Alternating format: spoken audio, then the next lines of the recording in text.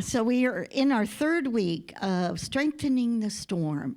In other words, as we look at the world out there and in here, there is often a little bit of up and down. Would you agree? Has your life ever been up and down? Over, around? Yes, we all could agree with that. And that experience kind of shakes us a little bit. Would you agree? And strength in the storm, he's talking about having had, as Warren, having had his first trip to the U.S. and how he was on this small boat and it was up and down and chaotic and he didn't know if he was going to make it. And the next one he came on Queen Mary and it was smooth sailing. So he uses this example as a way of looking at our lives and our inner life. That's what we always look at first. We're in control of our feelings. No one makes us feel a certain way. Could I get a nod? It's just no one else's fault.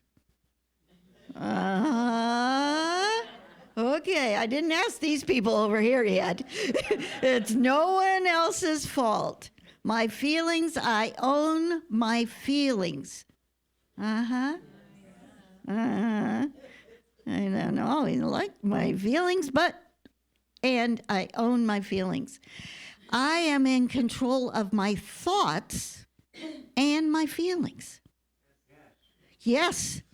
And sometimes I get confused. I overreact. No, I won't ask. Overreact. Get upset. Feel out of control. Dismal. Depressed. Angry.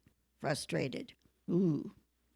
Well, I was telling Paul on the way here a little story in my life. When I was much younger, in my 20s, married to a man who worked for a construction company, and he was the person who helped assess the pricing. And he had worked for an insurance company. So the construction company he worked with helped on insurance claims for fires and big storms, and he went all over the country, hurricanes, all kinds of things. At this point in our lives, we were living in St. Louis. He was working for a particular contractor, and they had done so much business that year that the paint company decided to send the staff, the top people, to Mexico for a vacation. Yes! I had a little 3-year-old, I'm going. We got to Mexico, beautiful Hilton, gorgeous, right on the beach, swimming pool. And they said you could have trips out on the ocean. Now, I'm from St. Louis. I'd seen the ocean like 3 times. I was down on the beach. When are the trips out in the boats? So we got our appointed day. I think there were 4 or 6 of us. Now, the boat wasn't what I was expecting. It was a little wooden boat. It really was small. And there really wasn't a whole lot of room on it. And I looked at my husband. He said, it'll be fine. It'll be fine. Okay, get on the boat. We go out to sea. Now, usually, you know what happens in the ocean. You get waves. Now, I'd never been in a boat in the ocean.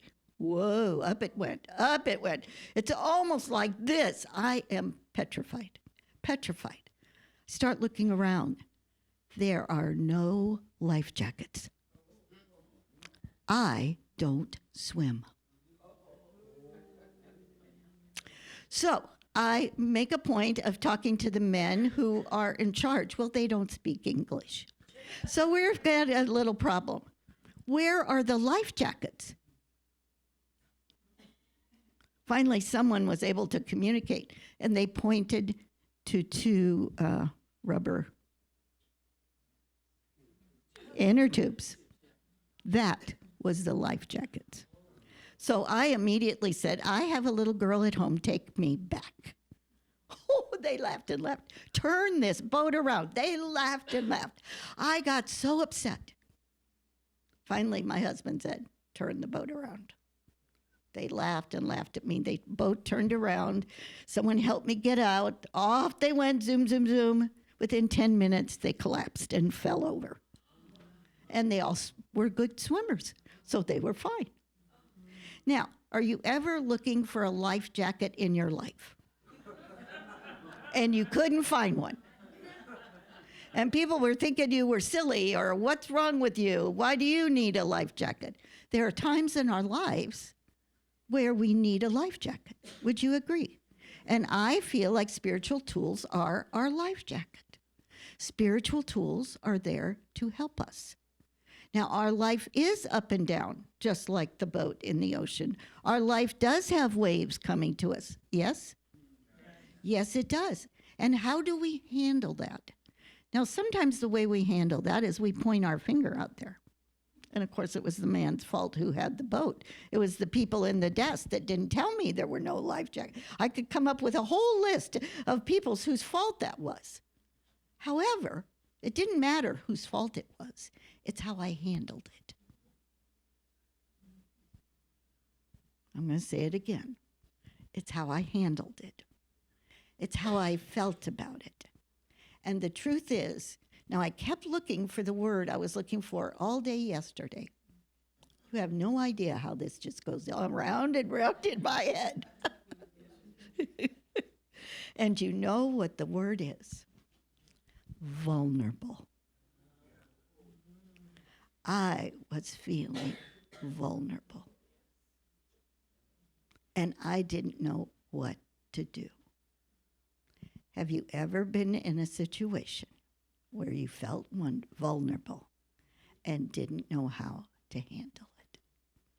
And so you got angry, or so you got upset, or so your emotions got out of control and you didn't know how to bring them back.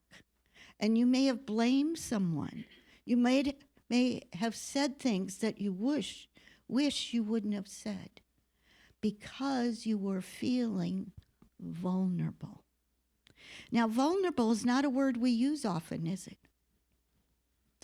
We feel exposed. We feel uncomfortable. And we don't know what to do with those feelings. There was no class on vulnerability. Took me years and years to even be able to say that word. I'm feeling vulnerable right now. The question is, when I feel vulnerable, what do I do with it? Do I take it out on someone else? Do I get depressed? Do I feel alone? All of these feelings. Or do I stop, go within, and find my place of peace? Find my place of peace. I could turn the boat around, of course. Of course. So when we get that feeling, we are led to do what we need to do. First, we need to feel the feeling. Own it. I'm vulnerable right now. It's not about them. It's not about them. And it's not about the situation, even though I want it to be about them. It's how I feel. And I manage my own feelings. I'm in charge. I've looked for other people to be in charge for years. No one else can be in charge. So where do I go with those feelings? I go into the quiet. I go into the silence. I may journal. I may paint. I may walk. I may cry. I may have emotions. But it's not on someone else. That means I choose peace. I choose peace. Do you remember the statement, Course in Miracles? Would you rather be right or happy? I've been living with that for over 40 years, that statement. Used to have it up in my kitchen window. And a lot of times I wanted to be right. In fact, hand on my hip, I'm sure I was right.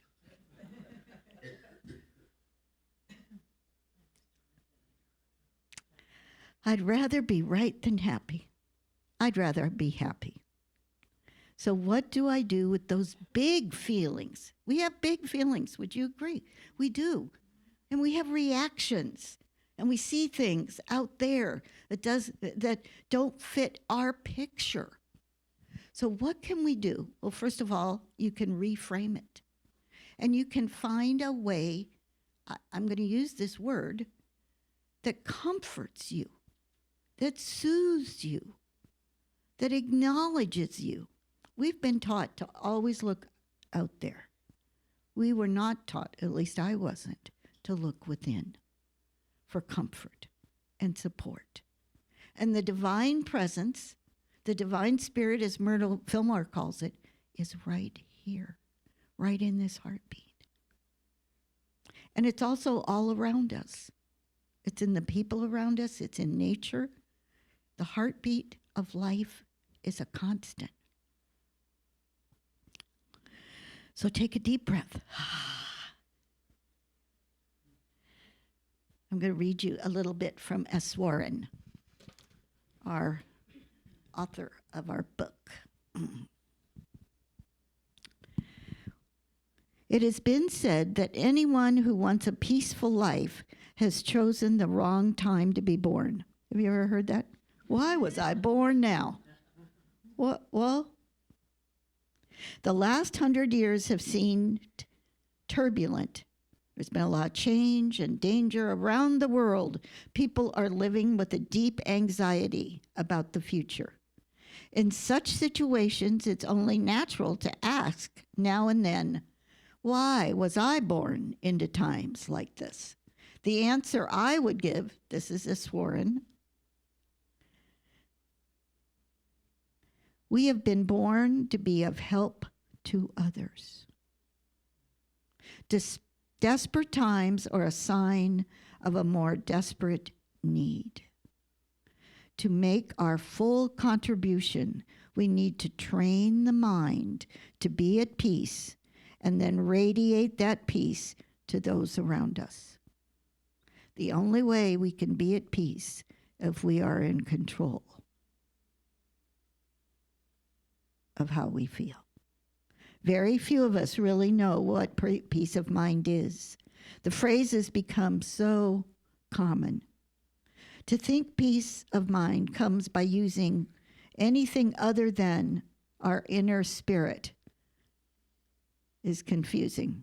In order to have peace of mind, thinking should be under control rather than just of someone else's mercy. We are here by divine appointment. We are here by divine appointment. It may seem confusing. It may seem upsetting. What did Myrtle Fillmore do? You know, this woman, the co-founder of Unity, she was something else. She was not traditional. She was not a churchgoer. No. She followed her own path. They had meetings. Charles Fillmore said, if you want to go to church, go to your church and then come to our meeting in the afternoon. It was very different. There was a lecture. People mailed in money. Very different. And the teacher in Myrtle was so grounded as she did her spiritual work that she called it sitting in the presence every night, an hour every night, sitting in the presence.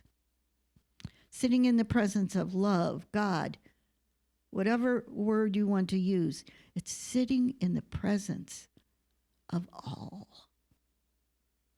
Turning the mind off and just breathing. Now that's a gift to our vulnerable self. Our vulnerable self needs spiritual nourishment. Now we are sitting in this room because we feel drawn to that. We wouldn't be in this room. We feel drawn to that. We feel hungry for spiritual nourishment. Would you agree? I do. And what is that? That's called peace of mind. I am at peace. And every night I say, I am at peace. I am calm. I am safe. I didn't always feel safe in my life. I am safe. I am secure. I am at peace. The words that come to you are your words. We've talked about having a mantra. We've talked about having different ways of finding, that spot. That spot. God is. Love is. Whatever is your grounding point and connector is yours. No one else ever even needs to know what it is. We are in charge of our peace. And that's the only way we can be part of the peace in this world. If I'm not in peace in here, I'm not so good to tell someone else. I'm just saying. So to me, I have so many books in my library, looking around, random acts of kindness popped up. Kindness is an antidote to upset. Kindness, now I'm not just doing good to be doing good. I'm giving kindness as a way of acknowledging you're important. So there's stories in here about the person that goes into the coffee shop and gives some money for 20 people to have bagels and coffee, and then sits in the corner. And as all the people come in and order a bagel and a coffee, and the waitress says it's already paid for, and everyone, person after person, looking around, and all these people then begin standing in the coffee shop. Who is it? Who is it? Or buying a book for the children next door, or buying flowers, or going to the special grocery store that your neighbor can't get to, or it's the little things that bind us. It's the little things. And it can be a financial gift. It can be a heart gift. It could be a smile. It can be a hug.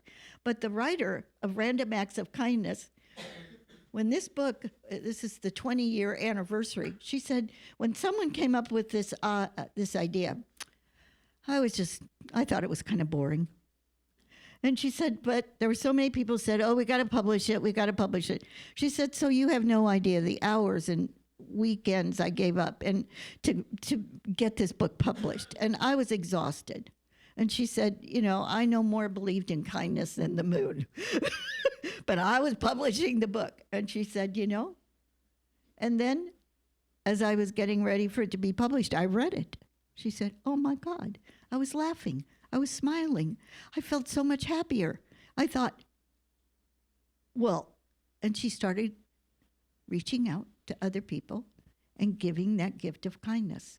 So instead of overreacting to something that doesn't feel good, that sparks our vulnerability, could we be at peace, find our inner calm, and do an act of kindness? What would that feel like? As Warren says, kindness calms us. Kindness calms us. Now, I'm talking to the choir here. Everyone in this room is kind. Everyone does incredible things. I'm not in any way pointing fingers at all. I just want to remind us to remember that when we overreact, we're feeling vulnerable. And that's normal. And when we feel vulnerable, we want to be careful in how we respond to different things. And to be sure that we take time to be quiet. So now we're going to do a visualization. Move around in the chair. We're lowering the lights. In my mind, we lower the lights. Just take a few breaths. Did that word vulnerable surprise you? Maybe, maybe not. May feel uncomfortable. May go, oh no, not me, not me. I'm not feeling vulnerable. Okay, that's okay. However you feel is good. Now I'm going to do a visualization today. And first, we're just going to relax a little bit. Shrug your shoulders or stretch out your legs. This is going to be one of our life jackets.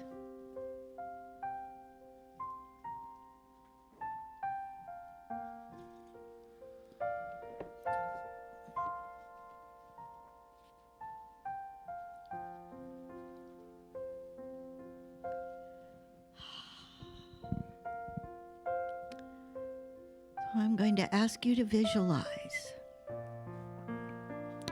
a large screen, just like is behind me now, and it's coming down slowly, slowly. In your mind's eye, there it is, right in front of you. And right now it's blank. And I'm going to ask you to visualize a table, a round table.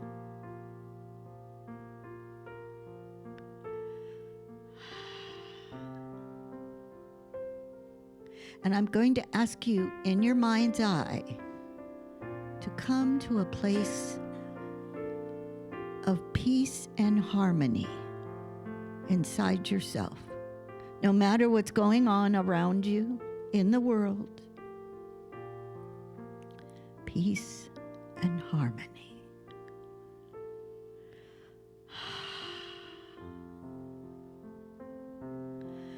And now we're going to place on the table, in your mind's eye, a feather. And what does that feather represent to you?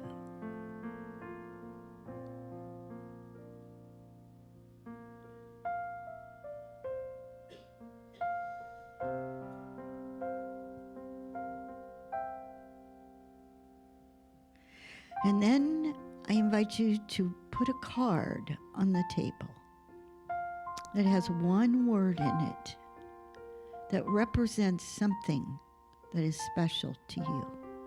One word.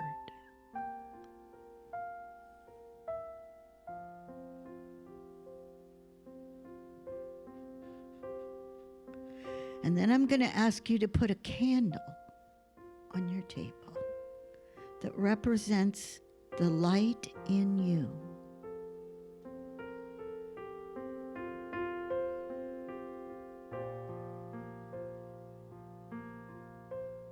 And reminds you that you are a light.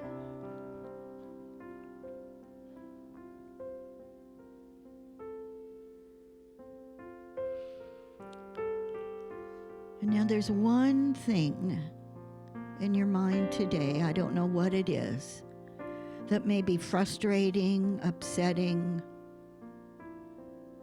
you don't understand, maybe about your body, about a friend or a family member.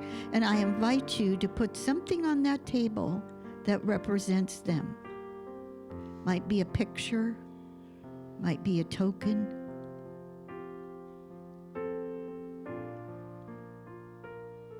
And we're creating a sacred table.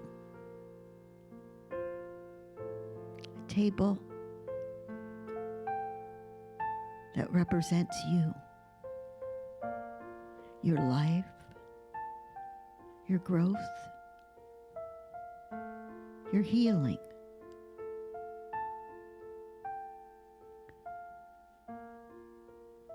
And if there's anything else that comes to mind, a person's name, a bowl of water for cleansing,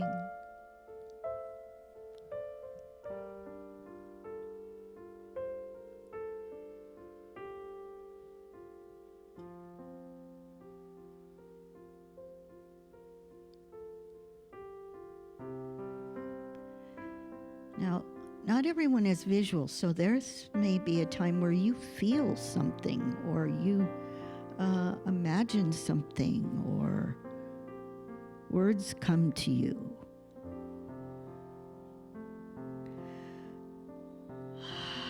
And we honor this sacred table. We honor the thoughts and feelings.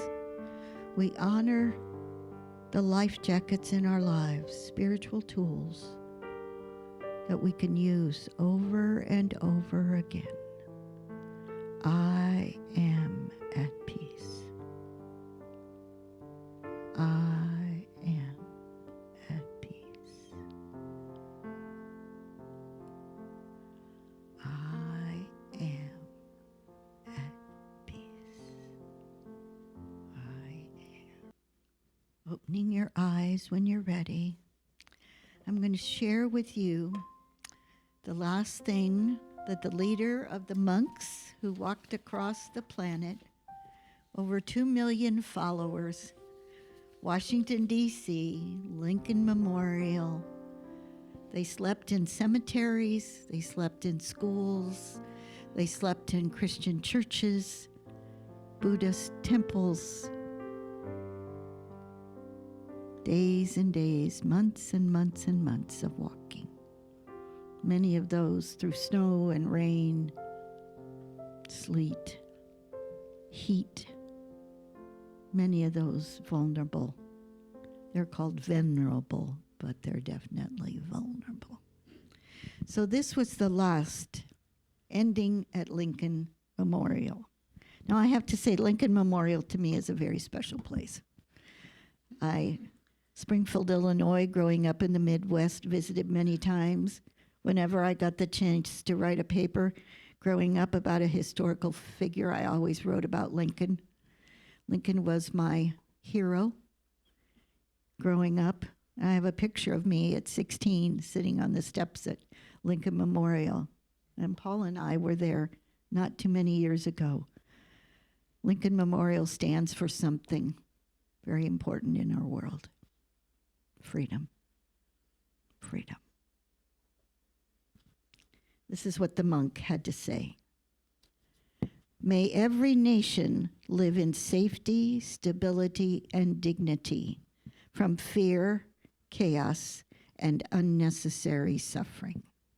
May every person be heard, respected, and protected, regardless of race, their background, faith, or the language that they speak. May fear be replaced by understanding, and may misunderstanding never again become a reason for violence. May hatred be transformed into compassion, so pain is met with care instead of blame. May peace exist not only in words and speeches, but in laws, policies, communities, and daily life.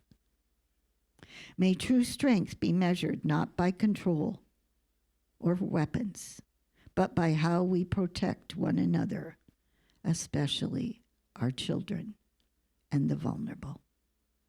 May progress always walk together with morality.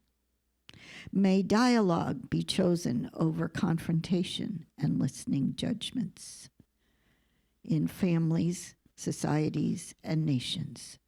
May people find peace within their own hearts so that the world no longer needs violence to survive. May the path to peace require no enemies, but only human beings, returning to responsibility for one another. Last but not least, remember, today's going to be a peaceful day. So one more time, let peace begin with me. Would you share it, please? Let peace begin with me. And so it is. Amen.